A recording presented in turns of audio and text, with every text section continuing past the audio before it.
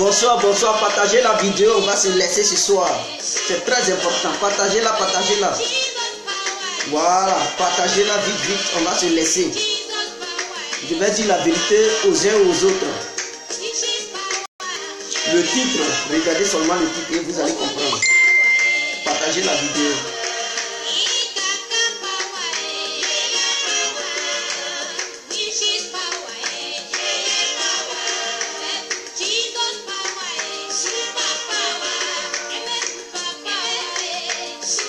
Big up à tous ceux qui sont connectés et à toutes celles qui sont connectées.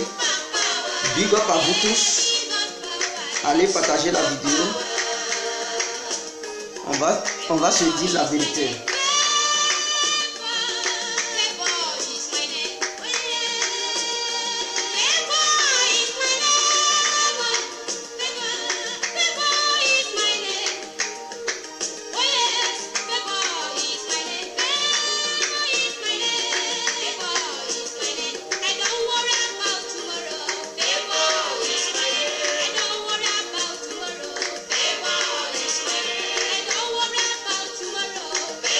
Partagez la vidéo s'il vous plaît. Ça ne vous coûte pas cher. Hein? Même si vous êtes fâché, partagez-la quand même. On va se dire la vérité.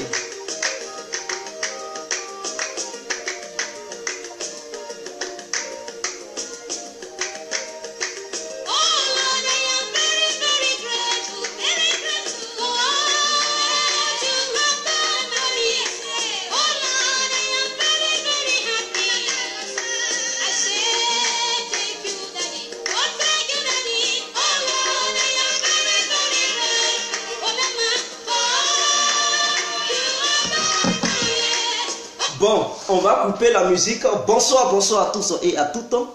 Pour tous ceux qui ne me connaissent pas, je suis l'incontournable, bien complet, tout terrain. L'homme dont on parle, l'homme qui n'a pas froid aux yeux, l'homme qui ne mâche pas ses mots. Vous pouvez aussi m'appeler devant la vie, l'homme n'est rien. Voilà, on dit docteur Mondon. Nous voilà à nouveau devant cette caméra, mes frères et sœurs. On va se dire la vérité. D'autres pensent que la politique est une relation sexuelle dans laquelle on ne peut pas changer de femme, c'est-à-dire il ne faut pas découcher. La politique n'est pas une relation sexuelle, s'il vous plaît. Donc tous ceux qui sont sur les réseaux sociaux, tous ceux qui sont sur le terrain, qui pensent que une fois qu'un individu a été déjà dans un parti politique, n'a plus le droit d'aller dans un autre parti politique, se trompent. Tout cela se trompe. C'est parce qu'ils ont un esprit borné. Ils n'ont pas une large vision. La politique, ce n'est pas ça. Par exemple, moi aujourd'hui, si je décide d'être dans un parti politique, et que ce parti politique que j'ai choisi pour marcher avec, je vois que ceux-mêmes qui sont au sein de ce parti politique, ils n'ont aucune vision de société. Tout ce qu'ils font, ça n'apporte rien. C'est-à-dire que ça ne peut pas bénéficier au peuple. Mais qu'est-ce que je vais foutre là-bas? Je quitte ce parti pour aller dans un autre parti qui a une bonne vision, un bon plan de société. C'est ça le truc de la politique. Donc tous ceux qui pensent que Zasso Patrick a été un traître et qui part d'un parti politique à un autre, donc pour cela il est un traître, je vous dis, vous ne savez rien. C'est parce que vous êtes borné, raison pour laquelle vous n'arrivez pas, ou bien vous ne parvenez pas à comprendre c'est quoi la politique. Zasso en 2010, peut-être il s'était rendu compte que le RDP n'avait pas un bon plan de gouvernement, un bon projet de gouvernement. Et donc par la suite, il a compris que le camp de Gbagbo avait un bon projet de gouvernement, raison pour laquelle Zasso Patrick a désisté du RDR, il s'est retrouvé au sein des membres du FPI, pour ne pas dire la LMP. Voilà comment Zasso s'est retrouvé là-bas. Parce qu'il a cru en Gbagbo, son projet de société. Donc il s'est rendu là-bas. Et suite à ça, s'il voit que le pays est désordonné, le pays ne va pas bien, le pays n'a plus de vision, le pays c'est la guerre, le pays ce sont les injures, mais il va faire quoi là-bas? Mais il quitte, Ou bien dans ta maison, vous-même, vous qui me regardez, dans vos propres maisons, vous aimez le désordre? Qui aime le désordre dans sa propre maison? Qui aime une femme désordonnée? Quelle femme qui aime un homme désordonné? Qui aime quelqu'un qui est sale pour faire sa vie avec ce dernier? Personne. Je pense que parmi vous, si on vous demandait de choisir vos femmes, vous allez dire, vous n'aimez pas les femmes qui sont sales. Parmi les femmes, si on leur demandait de choisir des mecs qui sont sales, elles vont dire qu'elles n'aiment pas les mecs qui sont sales. Parmi vous, si on vous demande de choisir des gens qui ont la grande gueule, qui insultent à longueur de journée, qui n'ont aucun respect, je pense que parmi vous, il n'y aura pas un qui va lever le petit doigt pour dire « je choisis une femme ou bien je choisis un mec qui a la grande gueule, qui n'a aucun respect, qui passe son temps à insulter les gens. » Nul ne peut choisir ça. Personne ne peut faire ce choix. Donc, tous ceux qui pensent que Zasso, d'Agroupe Patrick, dit en global, est un traiteur, détrompez-vous parce que vous êtes dans le faux. La politique n'est pas une relation sexuelle. La politique, c'est une mission. C'est une mission. Quand on intègre un parti politique, c'est parce qu'on a eu confiance à ce parti politique. C'est parce qu'on s'est intéressé aux idées de ce parti politique. Mais arrivé à un moment donné, si ce parti politique ne marche plus sur ces mêmes idées et que c'est le désordre total, si c'est désordonné, qu'est-ce que les gens vont encore faire là-bas? Mais ils vont désester pour aller là où il y a l'ordre, là où il y a une bonne vision. Parce que pour créer un parti politique, on crée des partis politiques pour lutter pour des projets et non pour s'entasser derrière un individu politique. On suit un parti politique pour ses visions et non par amour de celui qui a créé ce parti politique. Soro Diom n'a pas aussi été un traître.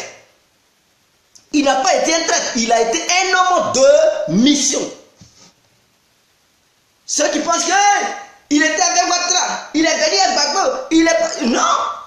Soro Diom est un homme de mission et c'est ça, les membres du FPI ne comprennent pas.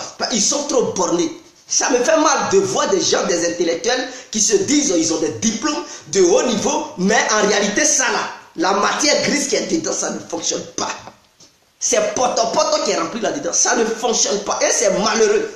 Tant que vous serez sur cette ligne de réflexion, je pense que le pays, toujours les gens vont quitter au sein du pays pour aller dans d'autres partis politiques. Parce qu'aujourd'hui, le pays n'a plus de vision. Soro a été un homme de mission. Pourquoi je vous le dis? Je ne parle pas des gens qui sont morts, qui l'a tué. Non, ça, je condamne ça. Mais au début, voyez-vous, Soro était avec Laurent Gbagbo au début. Il a laissé Laurent Gbagbo parce qu'il voyait que le pays n'avait pas de vision. Il s'est rallié à Alassane Ouattara. Parce qu'il a été impressionné par les visions d'Alassane Ouattara. À un moment donné, il savait que non, ils étaient dans des difficultés. Comment faire pour prendre le pouvoir? Soro Diom, il quitte Ouattara et il s'intègre au sein du gouvernement de Laurent Gbagbo parce que c'est un homme de mission. Il allait au sein du gouvernement de Laurent Gbagbo parce qu'il sait ce qu'il veut. Une fois gouverné avec Laurent Gbagbo, il a été même Premier ministre. Ils ont gouverné ensemble. Et à la dernière minute, suite aux élections, il fait un virement de 70 degrés. Il se retrouve chez Alassane encore. Et d'autres. Mais est-ce que vous avez vu les membres du RDR pour dire Soro c'est un traître, Soro c'est un traître, il n'est plus cohérent? Non, non, non, non. Parce que eux, ils raisonnent.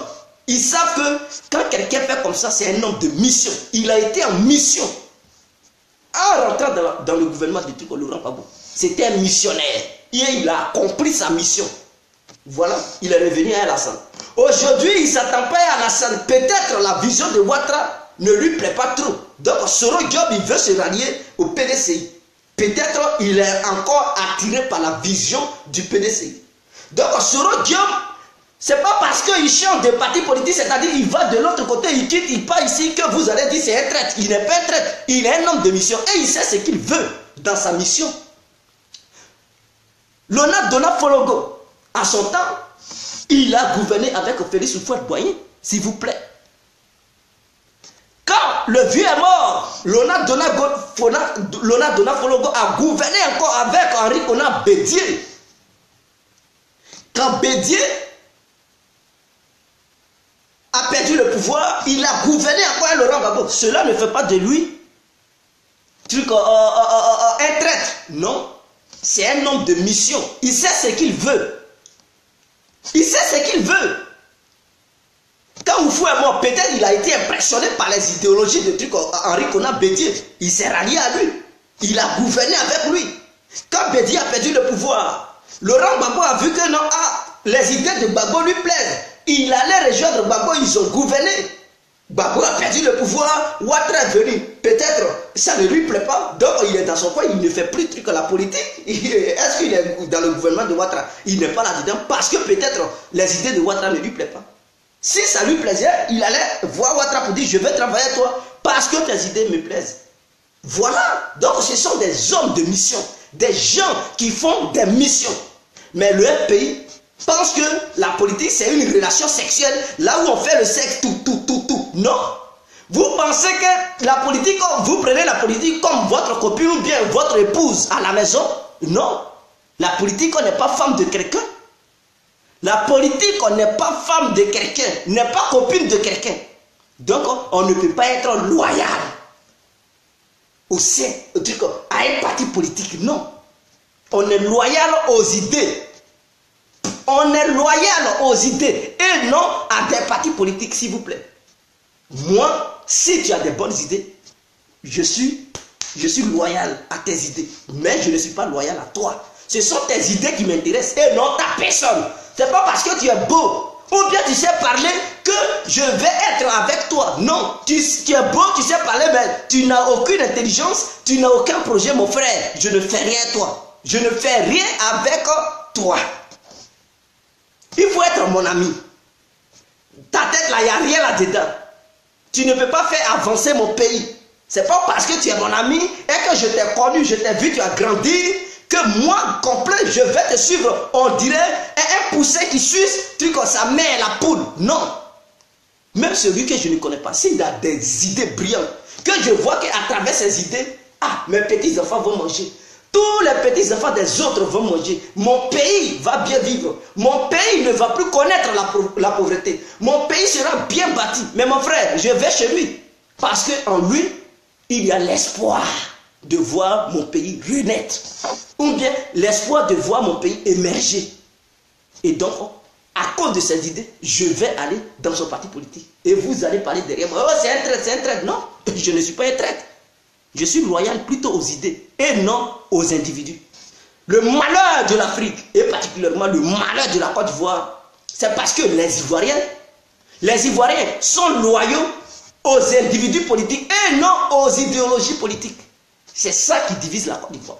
C'est ça qui provoque les guerres. Voilà les gens comme les membres du FPI. Voilà des gens qui ont fait que leurs cadres sont là à mourir à petit feu. Parce que eux, ils n'ont rien dans leur tête. Ah oui, je dis la vérité.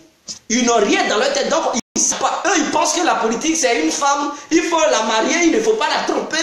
Donc, quand tu viens ta femme, il faut être fidèle. Non, mon frère. Il y a des tactiques. Mamadou Koulibaly a créé son parti politique.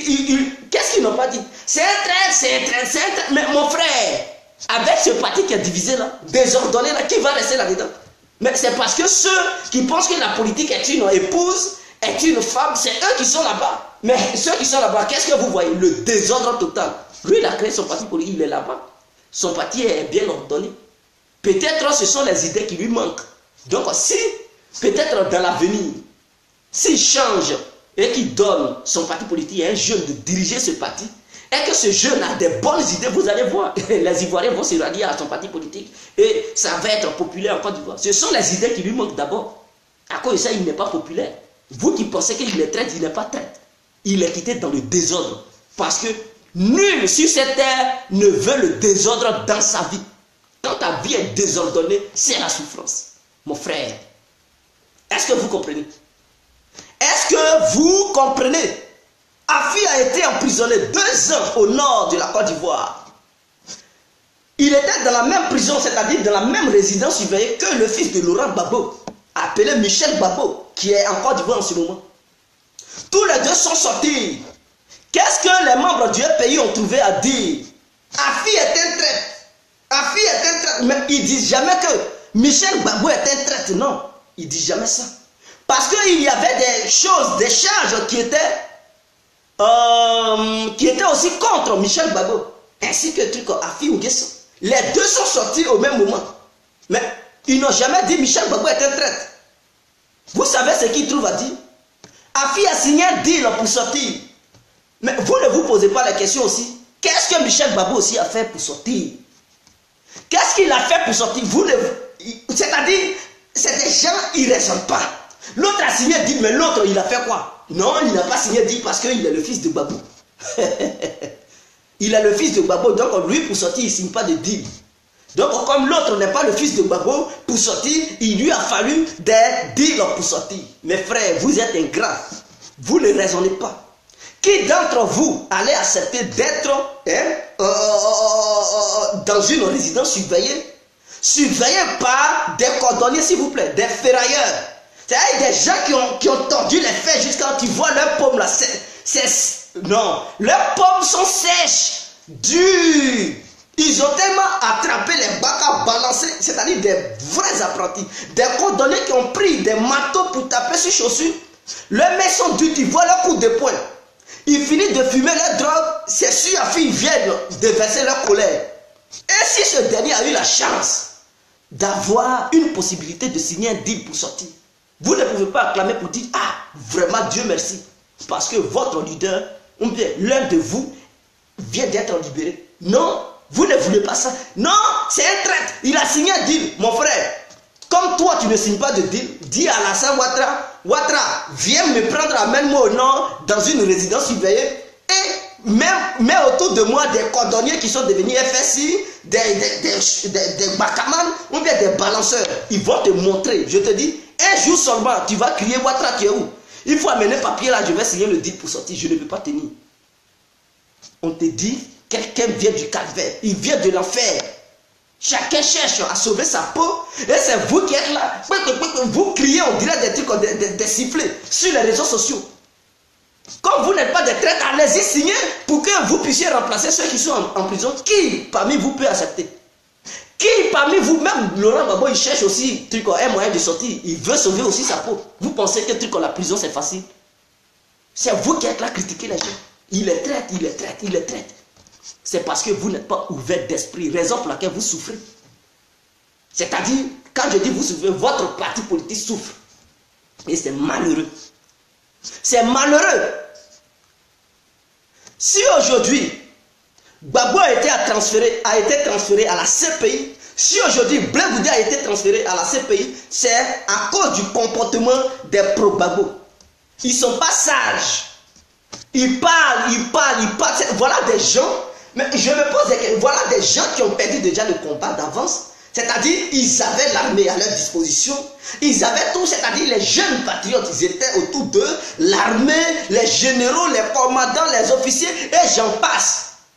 Voilà des gens qui contrôlaient la moitié du pays. Ils avaient toute autorité. Les dossiers, même qu'on peut signer pour avoir des accords avec d'autres puissances, c'est eux qui contrôlaient ça. Ils n'ont pas pu faire quelque chose. Ils n'ont rien fait.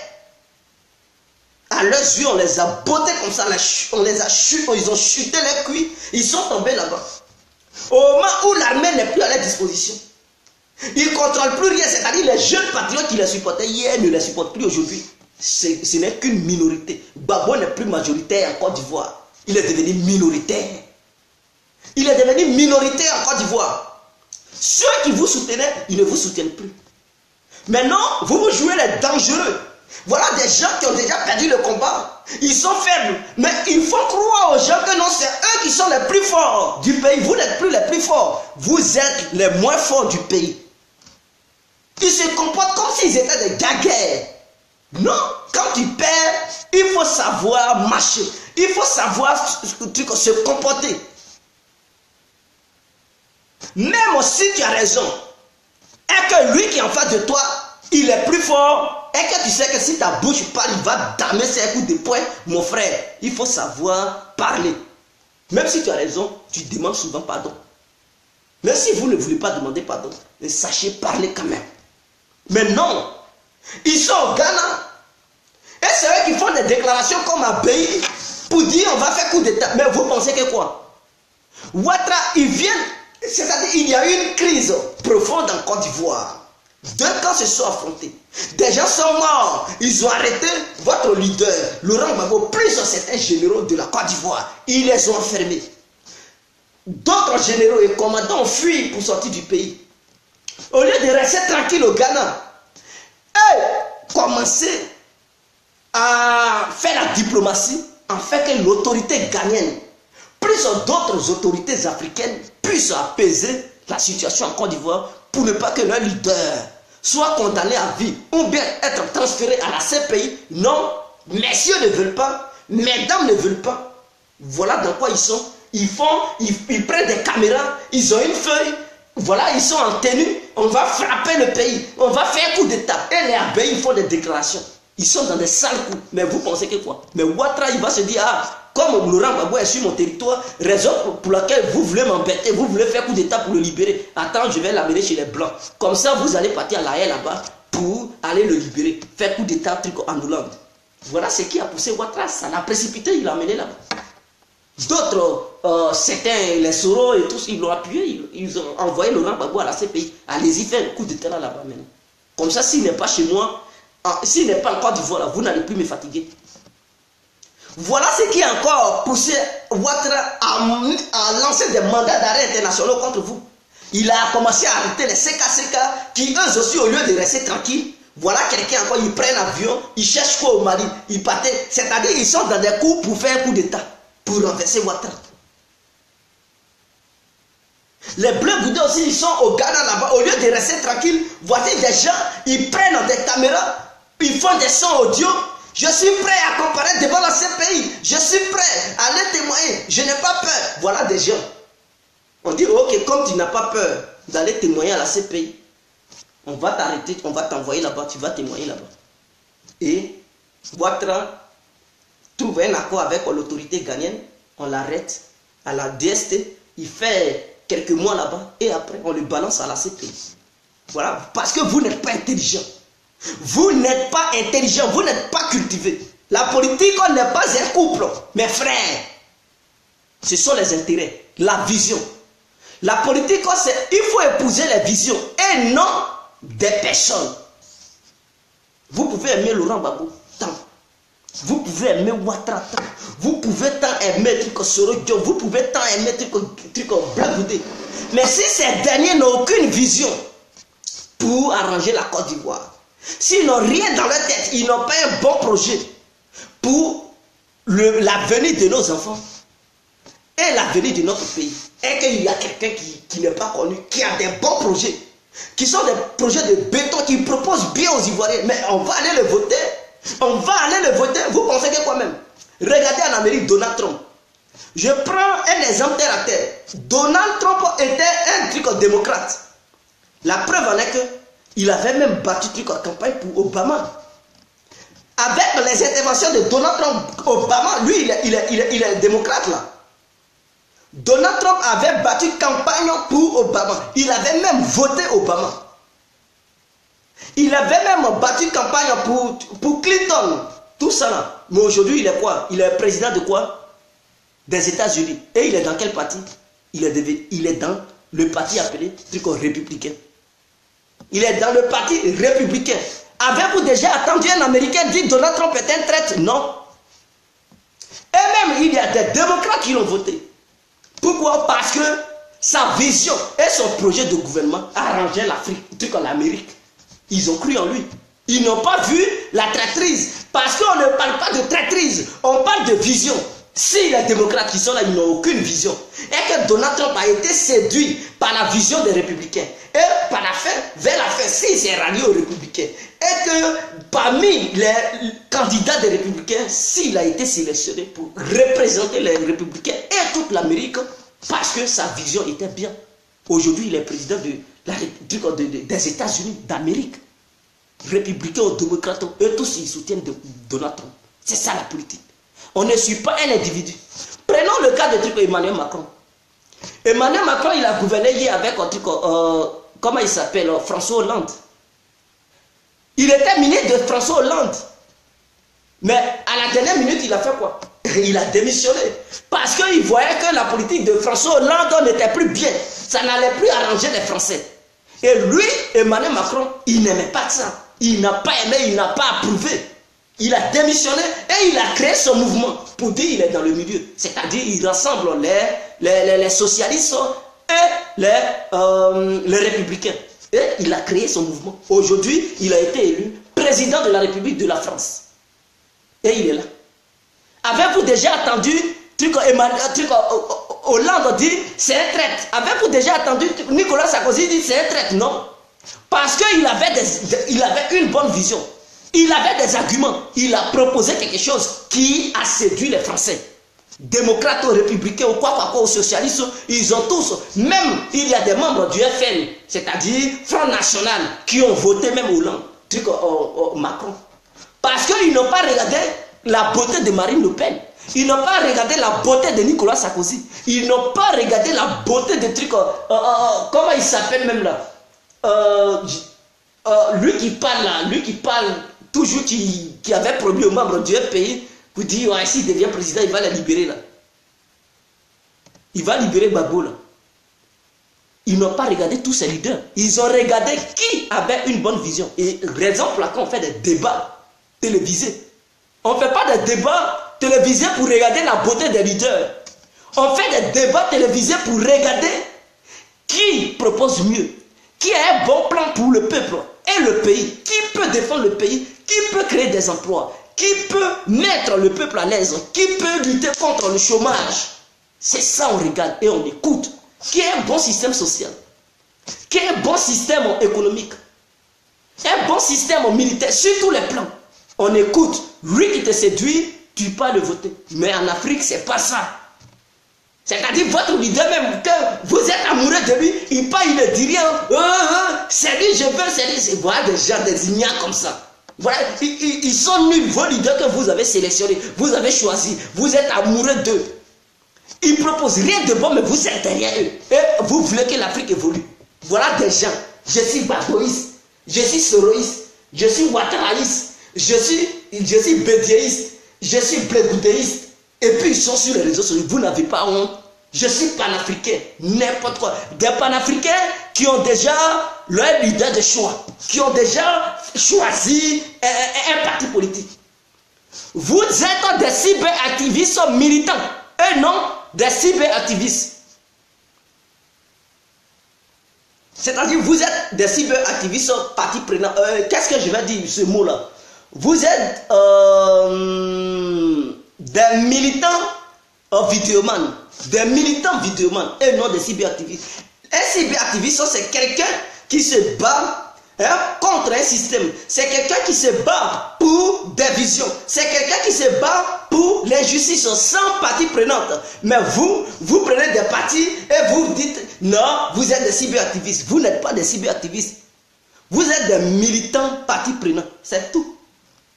Des vidéomans qui militent. Parce que vous, tous ceux qui font des vidéos, chacun défend son leader.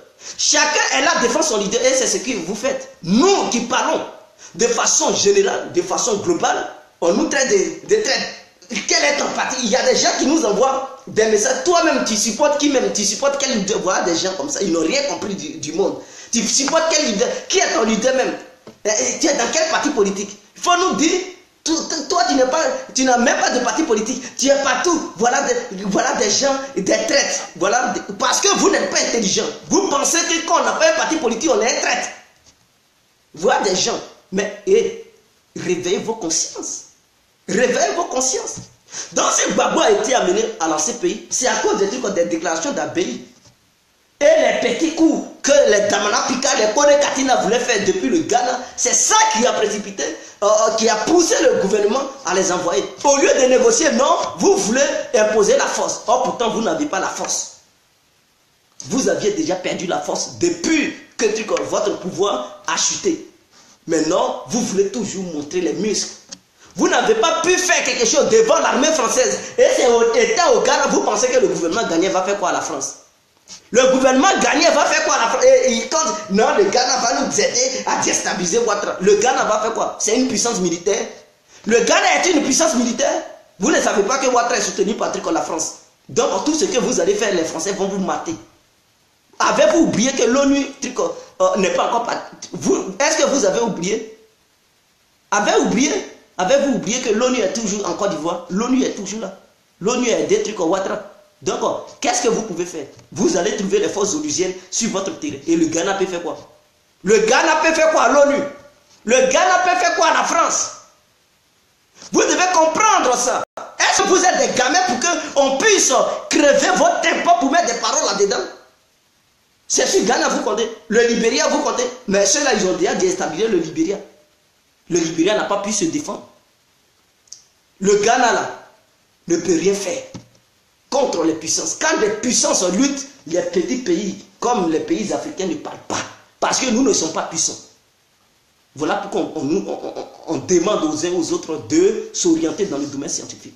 Pour qu'un jour on puisse être puissant et aussi faire peur aux gens. Mais pour le moment, on ne fait pas peur aux gens. Donc on laisse pour vous là. Vous n'êtes même pas soutenu par une puissance étrangère et c'est vous qui êtes dans les duels. Mais vous voyez des gens meurent. Jean-Jacques Béchou est mort. Vraiment, je déplore cette mort. Et mes condoléances à toute sa famille. Je rends hommage à toute sa famille. Et aussi aux défunts. Ce n'est pas bien. Mais ces gens meurent. Pourquoi? Soumaoro était mort. Pourquoi? À cause des membres du FPI. Ils n'arrivent pas à faire une bonne politique. Et ils sont divisés. Ils passent le temps à insulter. Prenez exemple sur Assalfo, sur sa vidéo, il a dit quoi? Il dit quand tu as des petits frères et un te manque de respect pendant longtemps, c'est-à-dire il te respecte pas, il t'insulte imbécile, si tu veux, et il te donne, toi le grand frère, il dit si tu es chaud, la violence va se limer. Mais si l'opportunité se présente, est-ce que c'est lui qui va servir premier? Non, c'est celui qui te respecte que tu vas donner premièrement. C'est ça le cas du pays et le gouvernement. C'est-à-dire le pays est faible, ne peut rien faire et passe son temps à insulter le gouvernement. Mais comment est-ce que le gouvernement peut donner une priorité, un truc aux membres du pays? Mais le gouvernement va tout faire pour vous tuer à petit feu. Et c'est ce qui vous arrive. C'est ce qui arrive aux membres du pays. Ils vont mourir à petit feu. Parce que c'est des gens, ils sont têtus. Ils ne veulent rien comprendre. Ça fait combien d'années? 7 ans que vous êtes là-dedans. Et vous ne voulez pas changer. Vous ne voyez pas le mal. Et des gens vous soutiennent. Qu'est-ce que vous proposez aux Ivoiriens? Tous ceux même qui sont des militants du pays, là, tu demandes à un ou bien des militantes, vous posez une question à l'un ou à l'une d'entre eux, personne ne peut répondre quel est le projet de gouvernement des membres du pays. Ils ne pourront pas. Ils vont dire Gbagbo ou rien. Voilà ce qu'ils vont faire sortir. Mais ce n'est pas Gbagbo ou rien qui va relever la Côte d'Ivoire, qui va permettre à la Côte d'Ivoire d'être un pays émergent. Ce n'est pas Gbagbo ou rien qui va permettre aux Ivoiriens d'avoir un boulot et de lutter contre le chômage en Côte d'Ivoire. Ce n'est pas Gbagbo ou rien qui va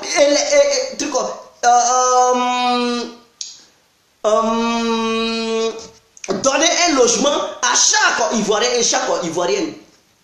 Ce n'est pas Gbagbo ou rien qui va électrifier tous les villages de la Côte d'Ivoire. Ce n'est pas Gbagbo ou rien qui va bitumer toutes les routes de la Côte d'Ivoire.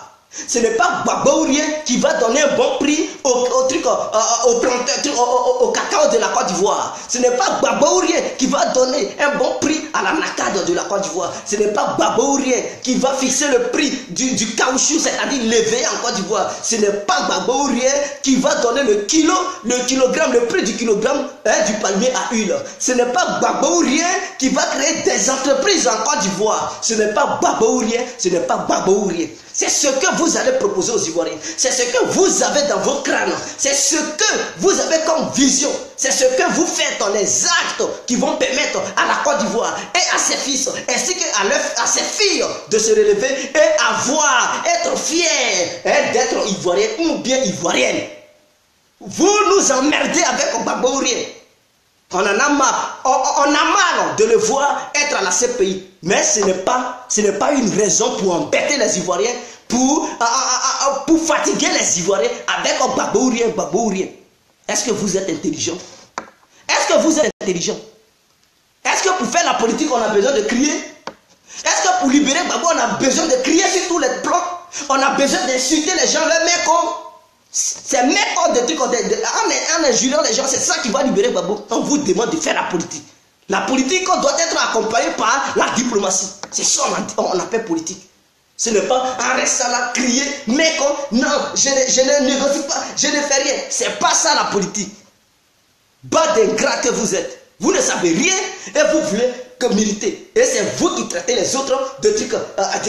Il est vendu, il est vendu. Pourquoi il était au RD, aujourd'hui il est avec Gbagbo, après il... Mais attendez, est-ce que vous entendez? Quand vous parlez, vous écoutez? Vous écoutez? Zasso est un traître, Zasso est un traître. Bas d'ingrat que vous êtes. Zasso n'a jamais été traître.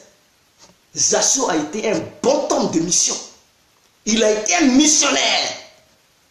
Et je suis fier de Zasso Patrick en global.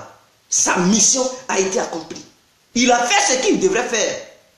Il a lutté pour Ouattara, il a lutté pour Gbagbo. À un moment donné, les deux grands leaders ne se sont pas attendus. Ils ont amené le foutoir en Côte d'Ivoire, la merde en Côte d'Ivoire. Ce n'est pas la faute à Zasso. Zasso a fait ce qu'il pouvait faire. Il a apporté ce qu'il pouvait apporter aux Ivoiriens. Lui, sa vision, c'était de voir les Ivoiriens être heureux, contents, être gouvernés, satisfaits, avoir de l'emploi. Il n'a pas fait ça pour envoyer des querelles entre Gbagbo et Ouattara. Gbagbo et Ouattara ne sont pas des enfants. Ce n'est pas des bébés qu'on est su, on les fait à longueur de journée. Ils sont bien mûrs, ils sont sages, ils ont des cheveux blancs. S'ils n'ont pas été sages et qu'ils ont tué les Ivoiriens, ce n'est pas si Zasso Patrick que vous allez tergiverser vos carences intellectuelles ou bien vos haines que vous avez en vous. Respectez-vous un peu. On doit se respecter. D'autres, ils crient sur tous les toits.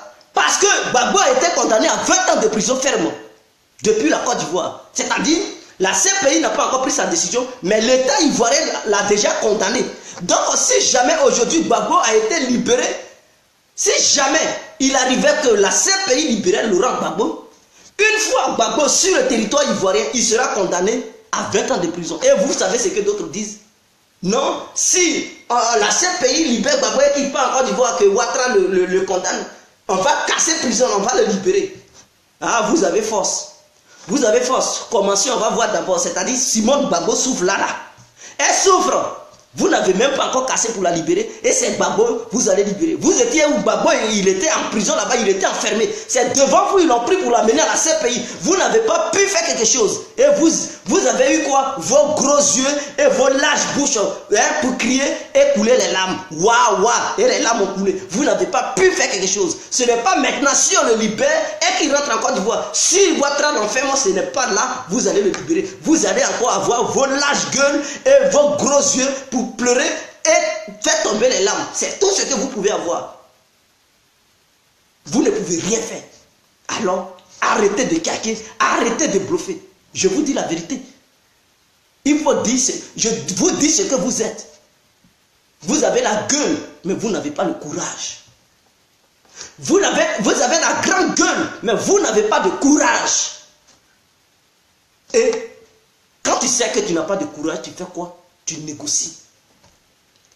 Cette Simone Gbagbo allait pu sortir il y a longtemps, mais c'est à cause de votre comportement que cette dame, elle est là-bas.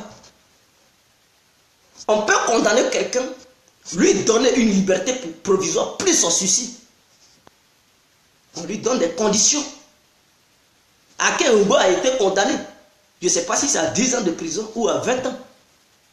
Ou bien à 6 ans. Mais ils ne l'ont pas enfermé. Il est libre en Côte d'Ivoire. Tout simplement, il ne peut pas voyager.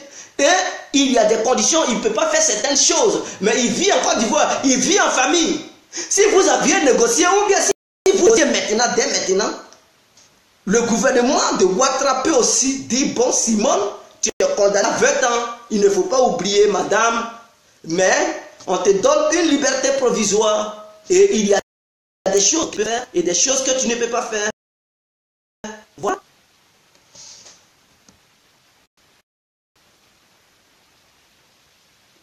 Donc voilà ce que vous pouvez faire. Je pense que mon direct au bug. Est-ce que vous voyez ça bug là-bas? Est-ce que ça bug?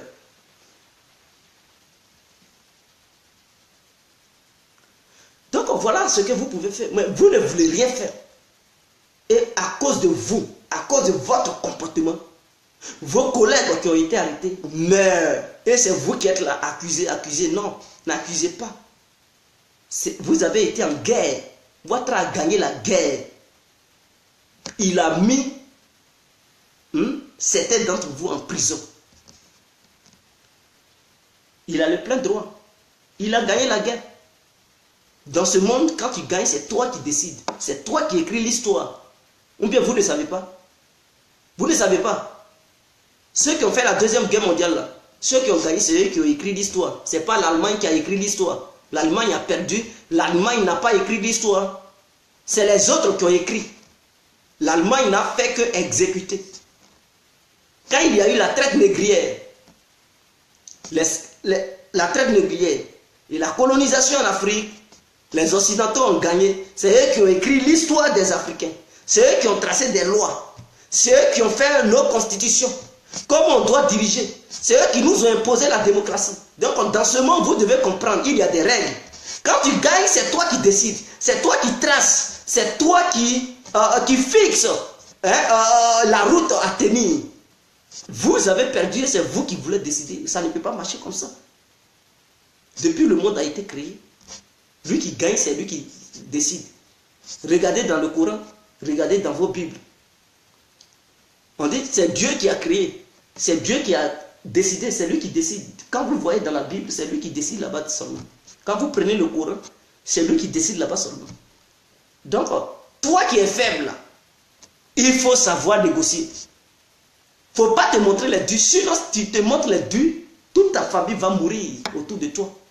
Quand les djihadistes prennent les gens en otage, on fait quoi? On négocie pour que les djihadistes les libèrent. Tu ne peux pas avoir ta famille qui est dans la mer, on est dans la mer des djihadistes, et toi tu vas vouloir insulter ces djihadistes. Mais non, ils vont en battre toute ta famille. Et tu vas faire quoi? Tu vas avoir tes gros yeux, ta large bouche pour crier ouah, ouah, ouah. Et puis ça ne va nulle part. Et c'est ça le monde. Si vous voulez comprendre, comprenez. Si vous ne voulez pas comprendre, restez là. Et c'est Béchot qui est mort. Je ne souhaite pas la mort de Simone Gbagbo. Mais vous allez rester dans ça. Et la dame aussi, c'est-à-dire elle n'est pas encore morte et puis ils ont déjà annoncé qu'elle est morte. Et ils ont commencé à la tuer d'avance sur les réseaux sociaux. Ne négociez pas. Laissez-la, elle va mourir un jour.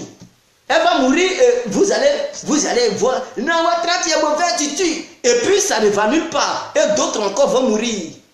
Ne négociez pas, restez là. Ne négociez pas, restez là. Ne vous unissez pas, restez là. Divisez-vous, ayez la grande gueule, criez, insultez les gens. Comme ça, vous allez gagner. Comme ça, vous allez prendre le pouvoir. Ayez la haine contre d'autres personnes pour dire, toi, tu es étranger, tu es comme ça. Voilà. Ouattara, comme il est intelligent, ceux que vous traitez d'étrangers et tout ça, il les a regroupés, il les a réunis et il vous a chuté. Il a botté vos cuits pour vous chasser. Il ne faut jamais être anti-étranger. La preuve en est qu'en France, Marine Le Pen qui est contre les étrangers, mais vous voyez, elle ne gagne jamais. Elle ne peut jamais gagner parce qu'elle est contre les étrangers. Si même tu es contre les étrangers, il ne faut pas dire ça ouvertement, à haute voix. Il ne faut pas dire je suis contre toi, non. Il faut faire semblant de les aimer. Faire semblant, il faut aller vers eux et tout. Macron avait dit qu'il aimait les étrangers lors de sa campagne. Mais il gouverne, il fait quoi? Est-ce que son comportement montre qu'il aime les étrangers? Non, il déteste les étrangers. La preuve en est que les gens dorment dans les rues, les mineurs, il n'est pas capable de les aider. Et il dit, ils n'ont qu'à rentrer chez eux. Donc, c'est exact, on montre qu'il n'aime pas les étrangers. Mais au moment où il battait la campagne, il a fait croire que non, il aimait les étrangers. Mais Marine Le Pen qui crie à haute voix, je ne vous aime pas, mais elle ne peut jamais gagner.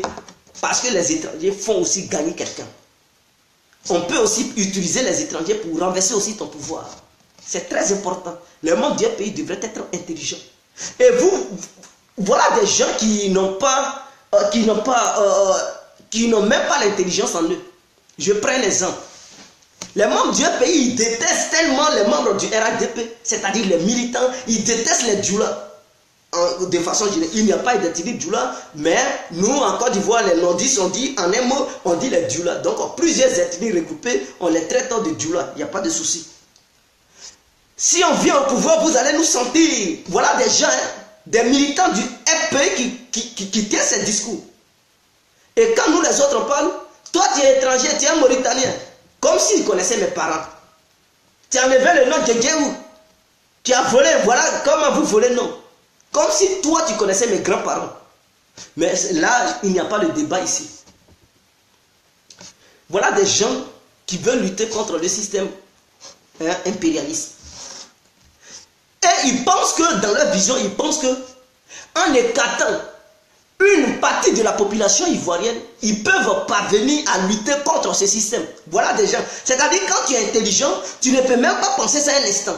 C'est-à-dire, si ton peuple est déjà divisé, et qu'une partie de ton peuple te suit, et que l'autre partie ne te suit pas, tous tes combats que tu vas faire, ça va être un échec. Parce que le peuple, l'autre partie qui ne te soutient pas, ceux qui ne sont pas d'accord avec ton combat, ils vont utiliser les autres qui ne te soutiennent pas pour te combattre et te renverser. Et les membres du FPI, comme ils avaient déjà vécu l'expérience, la preuve en est que les membres du RDA, ils ont combattu Gbagbo. Les militants, ils ont combattu Gbagbo. C'est eux, vous appelez les Djoula. Ils ont combattu Gbagbo. Vous avez perdu le pouvoir. Qu'est-ce que vous faites? Ils ont oublié que ces mêmes membres, ils sont encore là.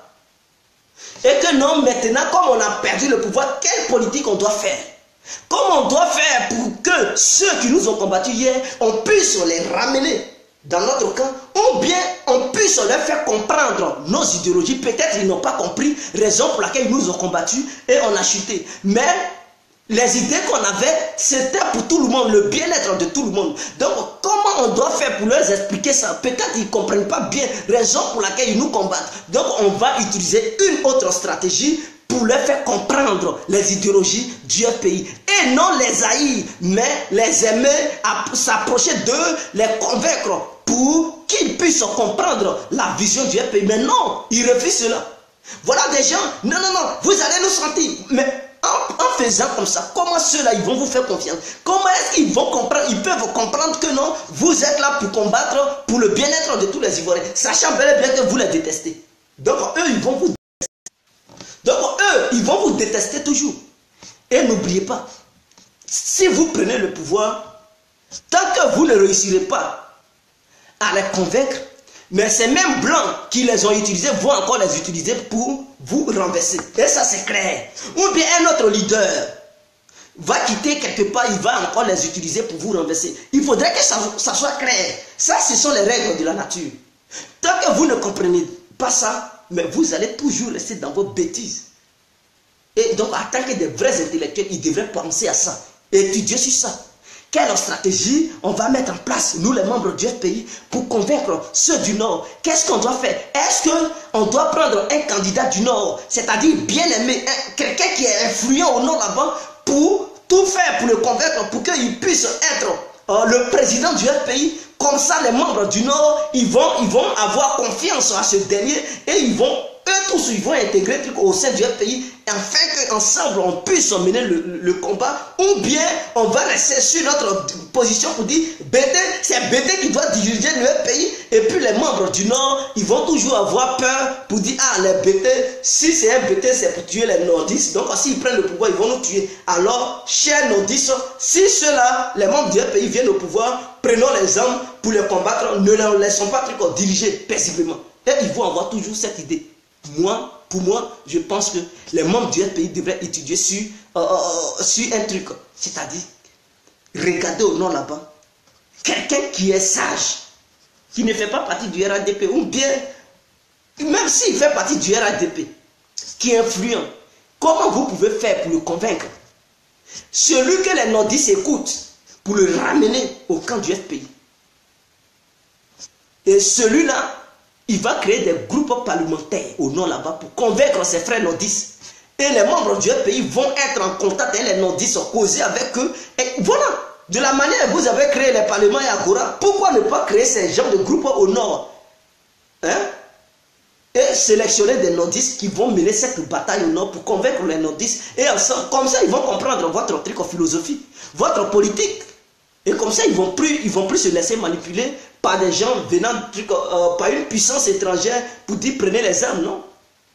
Et donc, ça sera impossible de faire encore un coup d'État ou bien une rébellion en Côte d'Ivoire. Mais tant que vous ne réussirez pas à les convaincre, mes frères, chaque fois que vous allez venir au pouvoir, les armes vont vous enlever au pouvoir. Il faudrait que cela soit clair. Donc, les membres du pays, grandissez, soyez un peu sages. Ne restez pas, ne soyez pas comme des gens qui sont ignares, des gens qui n'ont aucune sagesse dans leur tête, parce que la politique n'est pas le sexe, n'est pas une relation sexuelle. La politique, c'est la vision, ce sont les intérêts, s'il vous plaît. Les uns et les autres doivent comprendre cela. Bientôt, Aboudraman Sangaré sera traité d'étranger. Voilà. Donc, je vais regarder les questions. Renseigne-toi bien sur Allemagne, mon frère. Zotimbi. La politique est une danse des initiés. Oui, ça va. Oui, gaga propre discours. L'homme qui prend pouvoir étant à l'hôtel. Avant Babo était avec Ouattara. On appelait le Front républicain. Pourquoi n'ont pas dit que Babo est traître? Voilà. Donc vous comprenez. La preuve en est que Ouattara était hier, Babo était hier, Ouattara. Mais peut-être leur vision les ont séparés. Donc, qui a traité qui de traite? Babo n'a jamais traité Ouattara de traite. Ouattara n'a jamais traité Babo de traite. Donc vous devez comprendre que la politique c'est la vision, ce sont les intérêts. Ce n'est pas une histoire de dire je l'aime, non. Donc je vais rester derrière lui, non. Tu peux aimer la personne, et si la personne n'a rien dans la tête, toi aussi qui devrais apporter tes solutions, toi aussi tu n'as rien dans la tête, mais on va où? On va où est ces gens-là? Tu aimes quelqu'un à qui tu conseilles, il ne veut pas prendre tes conseils, mais tu vas faire quoi avec lui? Ben, tu le laisses, tu pars ailleurs. Pour ça, ils vont te traiter de traite. Non, je pense que tous ceux qui traitent les autres de traite, ils n'ont rien compris. Lona Dona Fologo est un homme de paix. Raison pour laquelle il a été dans tous les partis. Il n'a jamais pris parti pour dire lui là est mauvais, lui là est mauvais. Non, il a travaillé avec eux tous. Et ça montrait que si tout le monde pouvait être comme Lona Dona Fologo, je pense qu'il n'allait jamais avoir la guerre en Côte d'Ivoire. Il n'allait jamais avoir la division. Parce que lui, il regarde les visions des hommes politiques. Tu as une bonne vision, il s'allie à toi. Tu n'as pas une bonne vision, il te laisse. Et c'est clair. Mais vous, les membres du pays, le pays n'a même pas de vision en ce moment. Ils vont vous poser des questions. Quel est votre projet de gouvernement en 2020, par exemple? Vous allez, non, on ne va pas aux élections tant que Gbagbo n'est pas un truc libre. Voilà ce que vous allez dire aux Ivoiriens. Et vous pensez que les Ivoiriens, ils attendent encore. C'est ça, là, ils vont manger. Des gens vieillissent, ils prennent de l'âge. Des gens vieillissent, on ne sait pas quand est-ce qu'on va quitter cette terre. D'autres veulent préparer leur avenir. Ils veulent laisser un bon pays, c'est-à-dire qu'ils veulent travailler, avoir un peu d'argent pour laisser ça à ta famille ou bien construire une petite maison pour que ta famille puisse bien dormir. Non, on ne te parle pas de l'avenir du pays, on ne te parle pas du boulot, on te parle de Gbagbo n'a qu'à être libre avant de... Mais attendez, vous exagérez quand même. Vous exagérez. Si vous ne voulez rien faire, mais laissez les autres tranquilles. On peut vous travaillez, vous avez l'argent et vous passez votre temps sur les réseaux sociaux, vous partez sur le terrain pour dire Gbagbo et vous rendez le peuple fainéant. Et chers parents ivoiriens, moi je vais vous conseiller. Tous ces politiciens qui vont au grand jour, c'est dans les lieux publics pour parler Gbagbo ou rien, pour crier dans vos oreilles, eux ils sont payés. Après avoir fini de parler, ils ont un salaire. Ils sont payés chaque fin du mois. Vous, est-ce que vous avez un salaire? Non. Eux, ils sont en mission. Leur mission, c'est de dire Gbagbo ou rien. Gbagbo va être libre. Tant. Et vous ne travaillez pas, vous venez les assister. Quand vous partez à la maison, il n'y a pas d'argent pour payer maison. Il n'y a même pas d'argent pour que madame puisse faire la cuisine. Papa de maison, par exemple, vos enfants n'ont pas... tu n'as pas un budget pour pouvoir amener tes enfants à l'hôpital si jamais ils sont malades. Tu n'as pas un budget pour mettre tes enfants à l'école. Mais eux là, ils sont payés. Après avoir fini de faire les meetings, ils vont danser avec vous. Mais chaque fin du mois, ils ont leur salaire. Faites très attention. Ne perdez plus votre temps. Allez assister à ces meetings moribonds. S'ils ont quelque chose à proposer, qu'ils proposent aux Ivoiriens, c'est qu'ils ont dans la tête et dans le ventre. Que de rester là, embrouiller les gens avec le nom de Gbagbo ou rien, Gbagbo, on en a marre. On en a marre. S'ils veulent libérer Gbagbo, qu'ils fassent des négociations, qu'ils fassent la politique, la diplomatie. Ce n'est pas en criant, ce n'est pas en rendant le peuple feignant que Gbagbo va sortir de la prison. Ce n'est pas en rendant le peuple feignant que Simone Gbagbo va avoir la liberté. Ce n'est pas en rendant le peuple feignant que les prisonniers politiques vont sortir. C'est en négociant, c'est en faisant la diplomatie, c'est en faisant la politique, c'est en avançant les arguments comme des idées, comme des projets de société. C'est ça qui peut les faire avancer. Et non les cris à longueur de journée. Vous comprenez? Prépare ton avenir, mon frère. Ma soeur, prépare ton avenir. Quitte dans les rues de Paris. Peut-être ceux qui font les appels, on se réunit ici, eux ils sont payés. Après avoir fini de faire ces meetings, ils sont payés à longueur de journée. C'est-à-dire quand ils finissent leur mission, on les paye. Mais est-ce que toi on te paye? Non, on ne te paye pas. La fraîcheur te chicote. Il neige sur toi. Soit c'est le soleil qui te tape. Tu quittes là-bas sans intérêt. Tu viens à la maison. Est-ce que tu penses à ça? Le mois va finir. Est-ce que lui qui t'a appelé dans la rue pour dire, ou bien dans les rues pour dire va militer là, il va payer ta maison ici en Europe? Est-ce que c'est lui qui va payer l'électricité pour toi? C'est lui qui va payer le gaz? C'est lui qui va payer tes habits? C'est lui qui va s'occuper de tes amants? Non. Mais lui par contre, après avoir fini de faire sa mission, il est payé. Il y a des hommes politiques qui sont derrière lui, qui lui donnent de l'argent. Mais toi, on ne te donne rien. Ma soeur, prépare ton avenir. Mon frère, prépare ton avenir. Quitte dans ça. S'ils n'ont rien à proposer, qu'ils aillent seuls dans leur rue pour crier là-bas, pour parler de Gbagbo, crier à longueur de journée. S'ils finissent, ils vont rentrer à la maison. Ne les suivez plus. Est-ce que vous voyez, avant là, quand il lançait un appel, tout le monde sortait voir. C'est toute l'Afrique qui partait. Aujourd'hui, vous voyez encore des gens sortir encore nombreux, non? Parce qu'ils ont été déçus. Le premier appel à la CPI, vous avez vu la vidéo? C'était rempli. Toute l'Afrique était là-bas. Congolais, Camerounais, Ivoiriens, Nigériens, Maliens, Burkinabés. Tout le monde gagnait. C'est moi qui vais citer. Je dis toute l'Afrique était là-bas. Mais aujourd'hui, vous partez là-bas, ils n'atteignent même pas 20. Parce que tout le monde a été déçu. Parce que les leaders et les militants du pays déçoivent le peuple africain. Ils ne sont pas sages. C'est des gens, ils ne sont pas sages. Ils sont vieux, ils sont jeunes, ils n'ont rien dans leur cervelle. Ils ne font que crier. Ils ne savent pas ce qu'on appelle la politique. Ils pensent que la politique, ce sont les émotions. Ils pensent que la politique, c'est le sexe. Ils pensent que la politique, c'est une femme. Ils pensent que la politique, c'est d'être dans une relation sexuelle. Ils ne pensent pas que la politique, c'est une vision.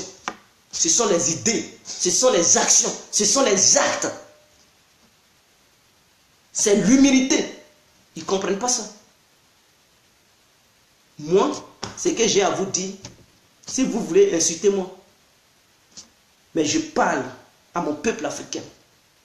Ne sortez pas, ne perdez pas votre temps derrière ces gens-là. Eux, ils sont payés, vous n'êtes pas payés. Gbagbo lui-même, que tout tourne autour de lui. Ouais. Tous les bavards qui étaient avec Gbagbo en 90, c'est les nouveau-nés politiciens. Rien que pour remplir leur poche et se déplacer en jet privé. Salut mon frère, j'espère que tu vas bien. Ouais, je vais bien. Je vais bien. Voilà, donc tous ceux qui comprennent ce soir, vraiment je suis heureux et je vous remercie parce que je sais que ceux qui vont regarder, ceux qui regardent cette vidéo, beaucoup ont compris le message. Même si tu es tellement amoureux ou amoureuse de Gbagbo, mon frère ou ma soeur, il faut comprendre une chose. Ta vie est plus importante que la politique. Ta vie là est plus importante que la politique. Tes enfants sont plus importants que la politique. Tes enfants sont ta vie. Toi, tu es la vie à tes parents. Ce sont tes actions qui vont permettre à tes enfants de mieux vivre demain. Ce sont tes actions qui vont permettre à ta famille d'être heureuse demain. Ce n'est pas en criant le nom de Gbagbo. C'est la vision qui va t'arranger demain. Quelle action? Qui a des bonnes idées? Qui ne les a pas? à partir d'aujourd'hui, suivons des gens qui proposent mieux. Et non des gens qui ne font que faire l'apologie d'un individu politique. Non, c'est fini ça. Changeons de mentalité, changeons de vision. La politique n'est pas une relation intime. Non. La politique est une vision et non une relation intime. On doit oublier ça. C'est parce qu'on a mis trop les hommes politiques devant, raison pour laquelle on s'entretue. Vous ne voyez pas ça. Aujourd'hui, un pro-Ouattara, un pro-Gbagbo, ils peuvent même s'entretuer. Pourquoi? À cause de Gbagbo et Ouattara. Parce que pourquoi? Ils sont tellement amoureux de ces gens-là. Ils vont oublier même leur propre vie. Ils vont oublier la vie de leurs enfants. Ils vont oublier la vie de leurs propres parents. Et s'entretuer, se donner la mort à cause de ces gens. Or, ces gens-là, ils ont leur propre famille. Ils ne sont même pas prêts pour se tuer à cause de vous. Jamais. Ils ne sont pas prêts pour se tuer à cause de vous. Mais ils sont prêts pour se tuer à cause de leur argent. Le jeton. Ils sont prêts pour se tuer à cause du jeton. Mais pour vous, jamais. Est-ce que vous comprenez? On doit penser à ça. On ne doit plus être esclave des hommes politiques. C'est fini ça. Ces temps sont déjà résolus. On doit talonner. L'Afrique évolue.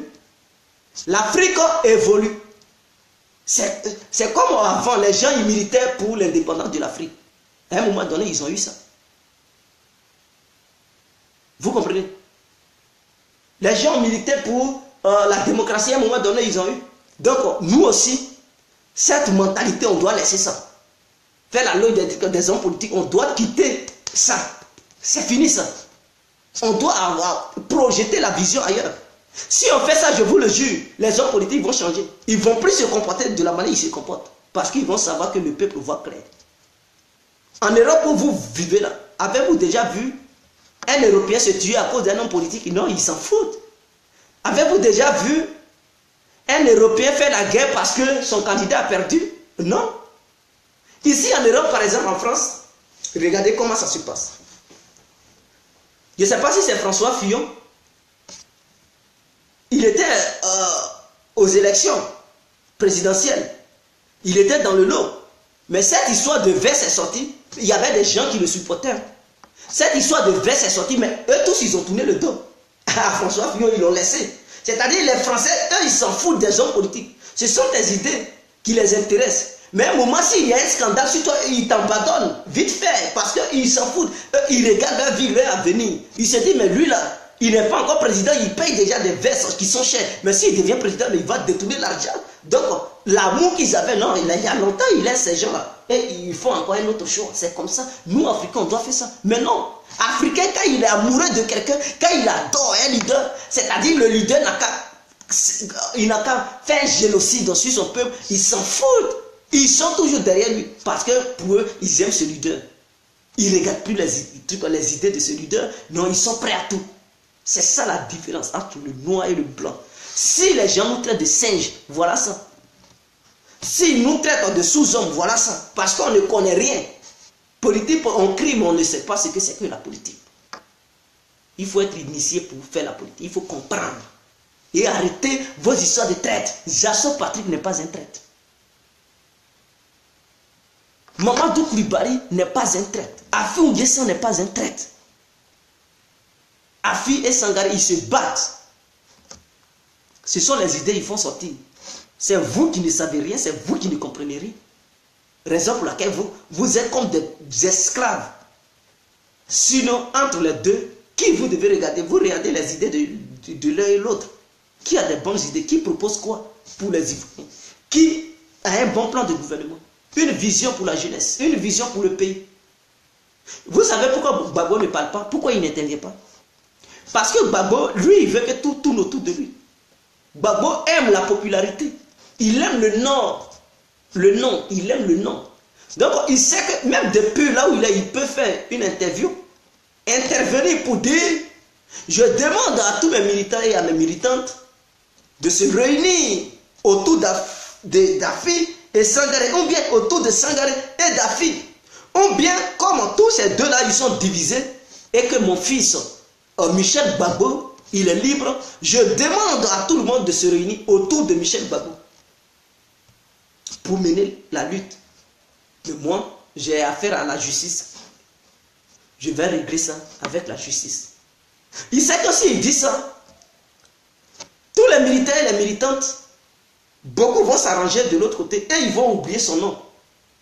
C'est-à-dire, ils vont être sur le terrain.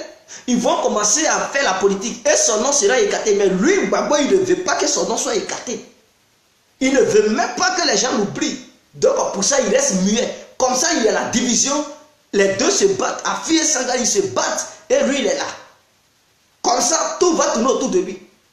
Gars, c'est lui qui va dire, non, je ne milite pas pour Gbagbo, tu es traite. Voilà comment les militants, ils vont faire ça. Tu es traite. Et donc, Gbagbo, il est là, il sourit. Il est content, il a la CPI, il sourit. Et tant que lui, il ne sort pas, le FPI ne sera jamais uni. Parce qu'il ne va pas faire, il va faire tout pour que ça se divise. Et ils vont rester là, dans la division. Comme ça, le débat va tourner autour de lui. Donc, lui, depuis sa cellule, il imagine, il espère que quand il va sortir, il va encore se présenter. Comme ça, ils vont l'élu en tant que président de la République de Côte d'Ivoire. Voilà la vision de Gbagbo. Et beaucoup ne comprennent pas. Dites la vérité à votre leader. Vos membres meurent. C'est-à-dire, lui là, il est mort. Demain même, peut-être ça sera le tour de Simone Gbagbo.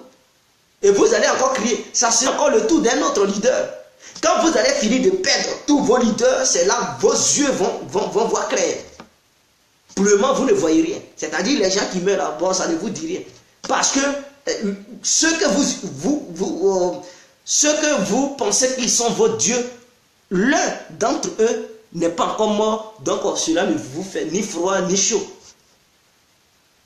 Les Béchot, bon, vous ne les considérez pas trop, mais quand ils vont dire soit Simone Gbagbo ou bien Gbagbo, c'est là, on va voir, ils vont commencer à crier, ils vont ouvrir les yeux comme ça pour voir clair. Dites la vérité à Gbagbo. Pour dire, on attend ton message. On attend ton message pour faire la politique en Côte d'Ivoire. Parce qu'on est divisé. Dites-lui. Pour ça, là, il ne peut pas encore. Vous ne pouvez pas encore. Maintenant, vous aimez aussi la division. Et quand les gens désertent le parti, ils créent leur propre parti. Vous trouvez qu'ils sont traites. Maintenant, qui veut évoluer dans le désordre? Qui veut évoluer dans un parti politique qui n'a pas d'avenir pour les Ivoiriens et le pays? La Côte d'Ivoire. Qui? C'est dans ce désordre que vous allez gouverner la Côte d'Ivoire. C'est le désordre qui va construire le pays. C'est le désordre qui va donner les emplois aux gens. Non, ce n'est pas ça là. Mais continuez là-dedans jusqu'en 2020. Vous allez voir, tout le monde va fuir. Parce que, arrivé un moment, chacun va créer son mouvement. Chacun va créer son parti politique. Et vous allez voir, le pays va mourir. Comme ça, vous allez bien crier le nom de Gbagbo. Les gens, ils diminuent à longueur de journée. C'est parce que vous n'avez pas encore les yeux pour voir. Mais le jour où vous allez voir trop tard, chacun va avoir son parti politique. C'est clair. Imaginons que c'était le RDA qui était battu par le FPI depuis que nous étions tous morts. Et je vais vous dire une chose, c'est-à-dire les membres du FPI, quand ils font des vidéos, ils n'aiment pas qu'on les contredise. Et aussi les membres de Soro, je les ai remarqués. Quand tu les contredis, c'est-à-dire quand ils sont en direct et que tu commentes, si ton commentaire ne va pas en leur faveur, ils vont dire, oh voilà un microbe, il te bloque. Mais ce blocage, c'est une prison virtuelle. C'est-à-dire vous condamnez la personne virtuellement, sans le savoir. Et c'est vous qui criez qu'Alassane, il est sanguinaire, il met les gens en prison. Mais vous aussi, vous mettez les gens en prison. Parce que les réseaux sociaux, c'est une liberté. Chacun s'exprime. On est libre. Maintenant, quand tu bloques l'autre pour ne pas qu'il s'exprime, mais tu le mets en prison comme ça, sans le savoir. Et imaginez l'instant que vous étiez au pouvoir. Et que les gens vous critiquaient. Mais c'est la mort, vous allez. C'est parce que vous n'êtes pas en face de ces gens-là que vous les bloquez. Mais si vous étiez en face, mais c'est coup de poing, ou bien vous alliez buter ces gens. Donc, quand tu sais que ce que l'autre fait, ça ne te plaît pas, ne fais pas ça aussi à l'autre. Donc, vous n'êtes pas différent de Ouattara. Vous êtes, qui dit Ouattara, dit vous. Qui n'est pas sûr, demain là, allez-y, si un direct d'un soroïste ou bien un pro Gbagbo qui fait son direct et contredisez ce dernier, vous allez voir, il va vous bloquer immédiatement. Ceux-mêmes qui commencent, ils vont dire bloquez-le, bloquez, il y a un microbe. Et puis, ils vont commencer à te bloquer. Parce qu'ils n'aiment pas la contradiction. Et vous voulez faire la politique. Voilà des gens. Je suis désolé. Donc, merci. C'était l'incontournable Dia complet. Je vous aime. Vive la Côte d'Ivoire. Vive l'Afrique entière. Je pense que les uns et les autres ont pris conscience. Et que quand ils vont quitter ici, ils vont changer de mentalité. Ciao.